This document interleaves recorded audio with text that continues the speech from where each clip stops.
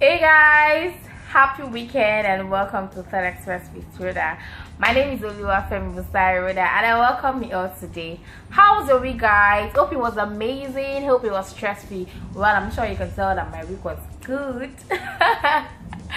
Thank you so much, guys, for joining me today, and more thanks for joining me last week. I had an amazing time talking to you guys, conversing, contributing, reading your comments and all that.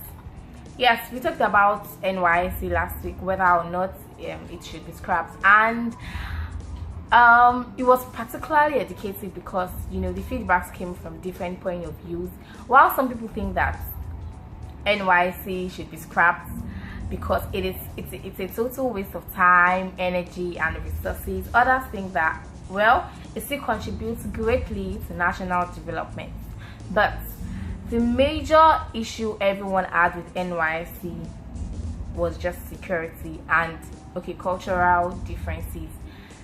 People believe that security is the major challenge of NYC, and if looked into properly, NYC can still stand as a very good national development structure. But till then, let's continue. So guys, today we're talking about the anthem that seems to be on everyone's lips, especially with the forthcoming 2019 election. Yes, so everyone been talking about youth lagging behind the Nigerian politics, and especially with the forthcoming election, there has been campaigns here and there on youth involvement in politics. Guys, before we go into this topic, we need to define what politics is. What is politics? Politics is an instrument for national development and democratic advancement. Don't get worked up. Don't get worked up. You can just say an instrument. Politics is an instrument for national development and advancement.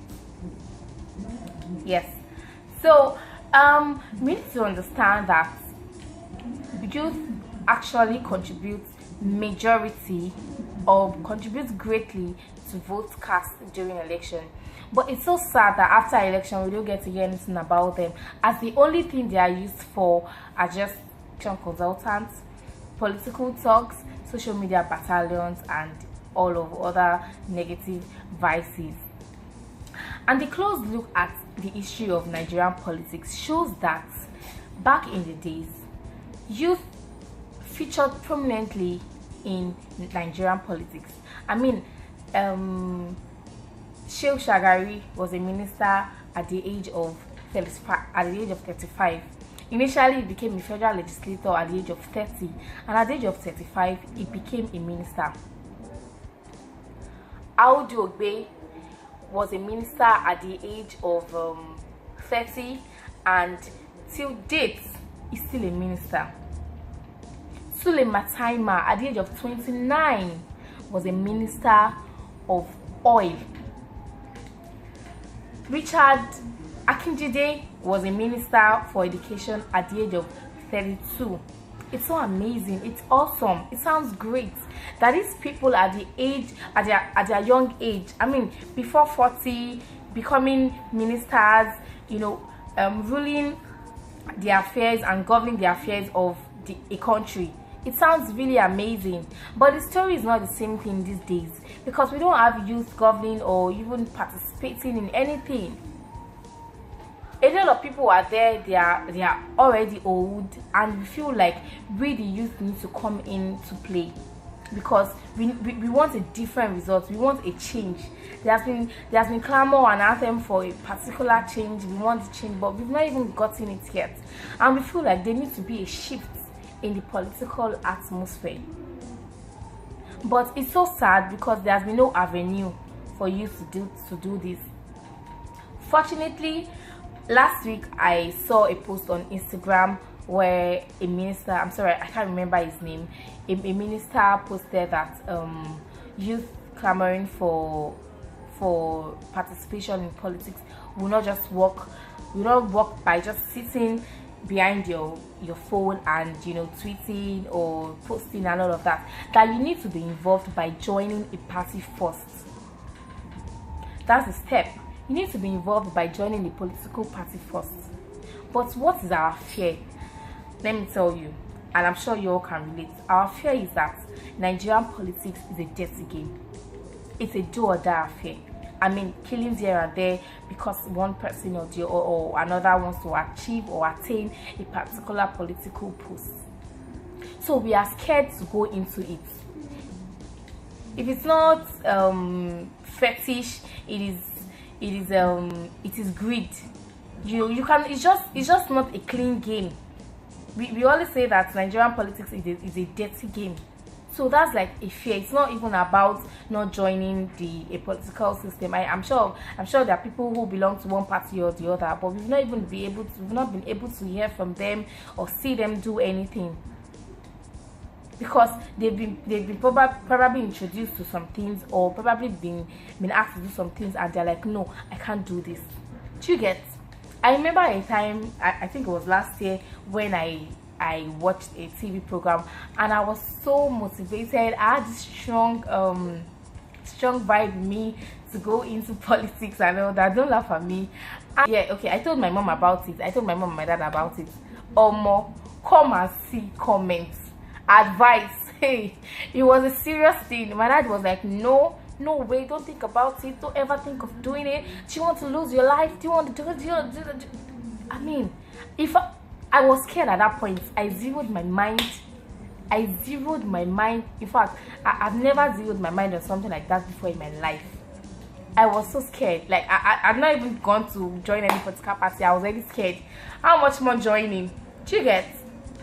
Another thing is, we need to understand that politics is not just about being a governor, a senator, or even a president. A lot of times when we hear politics, people just think, oh, it's about becoming a governor, it's about campaigning for being a president or governor or whatever. No, politics is not just about that. Politics is a structure, and under that structure there are different areas. In politics, you can go into civil rights movements. If you have a flair for education, you can go into that. If you have a flair for entrepreneurship, you can go into that. I mean, since we say, if you say rather that politics is an instrument for national development and advancement, we need to look at those areas that make up a nation and find a passion for whatever area and go for the area you have a passion for. Do you get? So if you say you have a passion for serving people, which area in particular? Are you the kind of person that has a passion for people's rights, people knowing their rights? Are you the kind of person that has a passion for education? Are you the kind of person that has a passion for entrepreneurship? Oh, you want to develop the country economically, entrepreneurship wise? You can go into, it's not all about being a governor or whatever. So that's one thing we need to know.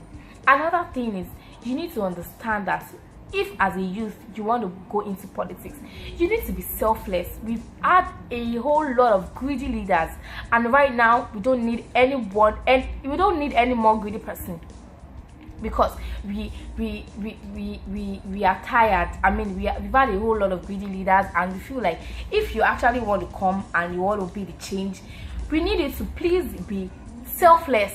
You need to be selfless. First of all, be selfless.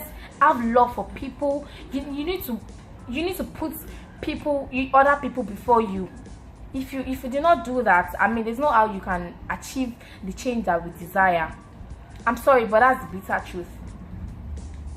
But that being said, I know a whole lot of people who have leadership traits, who are selfless, they have all the characteristics of being leaders. But that is not the issue. The issue is, guys, is it actually possible to go into Nigerian politics without godfatherism? In quotes, godfatherism. I know we all understand what that is, but let me quickly break it down. Now, we all agree that the people who are in power right now do not want to vacate the post for young people. So the issue of godfatherism is like, okay, don't worry, you are a youth, you want to be involved in politics, right? Come, I will leave this place for you, but then I'll be your backbone. Whatever I say, whatever I tell you to do, when I cough, you cough. When I laugh, you laugh. When I say this, you say this. When I say that, you say that. Is going to be the issue. So, do you think that youth can actually be involved in Nigerian politics without the godfatherism kind of thing? don't forget that if they will be godfatherism, you as the youth, I mean used as you as youth will just be like a figurehead.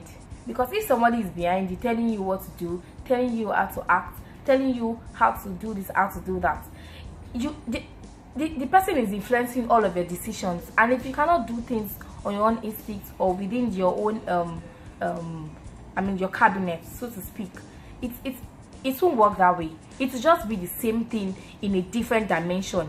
Do you understand? Guys, let's keep the conversation alive. Let's get talking, and of course let's get entertained. Before I go, I feel like every youth has to see this. So if you're watching, please watch with someone as they're watching this, so that we can understand that first of all, politics is not just about being a governor or being a president or being a senator. There are other areas that are involved in politics. And two, as a leader, there are so many things involved. It is not easy. It's not an easy task. And number three, let's talk about how godfatherism can be eradicated in Nigerian, in youth becoming, how godfatherism can be eradicated in youth involvement in Nigerian politics. Thank you so much, guys, for watching, and more thanks for contributing. I can't wait to hear from you guys. I'll be in the comment section. Guys, do have a beautiful and a lovely week. See you guys next week with another interesting episode of The Unexpected Radar. Till I come your way next week, be good. Bye.